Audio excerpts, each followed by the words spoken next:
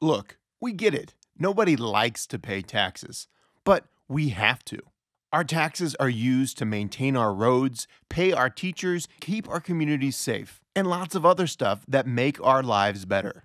And since we all benefit from those things, we should all pay our fair share of taxes. But that's not happening. At least it hasn't happened for the last 40 years. Since 1980, the highest marginal tax rate has been almost cut in half, meaning the people making the most money in the United States have seen their tax burden plummet while the rest of America picks up the tab. And it's not just the super rich that are paying less taxes than they were a half century ago. The effective corporate tax rate has dropped by almost 60% over the last 50 years. Hey, great news if you're super rich, terrible for the planet. So let's dig in to exactly how slashing taxes affects climate change. First, taxing the ultra-rich less has led to an unprecedented redistribution of wealth. Over the last 4 decades, the top 1% of Americans have increased their wealth by $21 trillion, while households in the bottom half of America have lost $900 billion. This shift has been downright unfair, and everybody knows it. And that unfairness makes it really difficult for a lot of people to support raising taxes on fossil fuels or any other policy that might make their transportation, energy, or housing expenses increase. I mean, why should regular people pay more for necessities when they weren't the ones who caused this in the first place? Obviously there are economic opportunities around addressing climate change, but some people are going to have to make immediate term sacrifices. And they have no reason to believe that anyone will be there to help them out if they give up the status quo. So you can connect Davos man and his pillaging to our inability to deal with fundamental challenges like climate change. It's not hard to see who is emitting the most carbon dioxide. Billionaires have massive carbon footprints. Massive.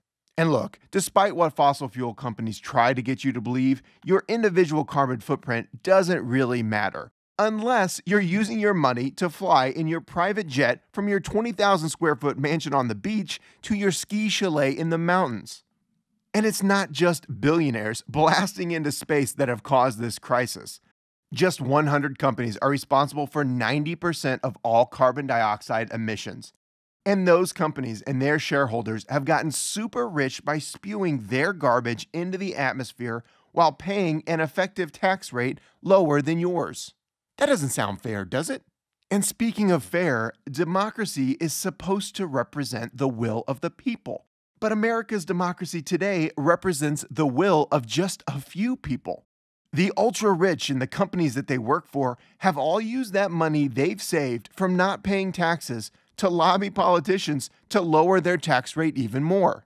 And they're using that extra cash to fund campaigns for politicians that will continue to let them pollute the air, the water, and the atmosphere at absolutely no cost to them. I mean, there's a reason that climate change has only recently become a politicized issue. Until Citizens United allowed them to weaponize unlimited funding, bipartisanship was the way we were going on climate legislation. In 07, 08, 09, when I first got to the Senate, there were bipartisan bills everywhere on climate. There were 4 in the Senate alone, and McCain ran for Republican president as a climate hawk. And then comes Citizens United, January, boom of 10, and it's over. And not one Republican has gotten on one serious climate bill since, because what the fossil fuel industry was able to threaten people who crossed them with had become so lethal that it was frightening. And at the same time, they could also offer Republican Party leadership like Mitch McConnell unlimited money. And by not taxing rich people and corporations enough, the government can't collect as much money as it should to pay for all the things that we need to make this planet and our country a better place to live for everybody. Our infrastructure, our education, our health systems, our state and local governments have all seen massive declines in investments because the government isn't generating enough tax revenue from the super rich. Think about this. The Build Back Better Act has about $500 billion in spending to address the climate crisis. America could make that much and more in just 2 years just by taxing the top 1% of Americans just 1% of their wealth. So don't let anybody tell you that America doesn't have the money to address the climate crisis, because there are quite a few Americans that do. They just rather keep counting their dollars while the planet suffers. I mean, I think what we need to do is fairly straightforward and fairly simple, but extremely difficult to execute. I mean, we have to limit money in politics. We need progressive taxation. So, I mean, the longer term play is more people have to benefit from capitalism. And if the gains are spread more equitably and people who now have no stake in commercial life get a stake, then it's easier to have conversations around, who's going to sacrifice in the immediate term for the longer term gains. And taxing the rich is a great way to share the benefits of a market-based economic system.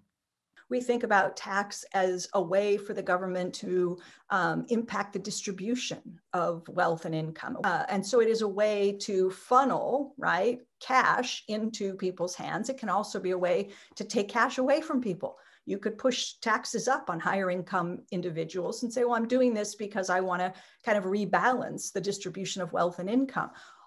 Again, it's not just the rich that need to pay their fair share. We must close the tax loopholes for corporations, too. The tax system is just a scandal. It is made by design for loopholes that are sometimes shocking. And one of the shocking points is how much of our industry and our high-tech sectors and our pharmaceutical companies are domiciled where? In the United States, where all their workers, their management, their factories, their research is? No. How about Bermuda, Cayman Islands, British Virgin Islands? Well, why there? And the answer is not so hard to figure out. It's a tax haven. It's a tax dodge. And it's so outrageously unjustified. Simply put, the people and the companies that have caused the most damage to this planet should be the ones paying to clean it up. Fixing the outrageously unfair tax system is just one step in the right direction to addressing the climate crisis. To learn more about what needs to be done to address the climate crisis, check out our interviews with experts around the globe on the science, politics, economics, culture, and social justice issues related to a warming planet. Be sure to subscribe to our YouTube channel and check out our podcast each week on iTunes and Spotify.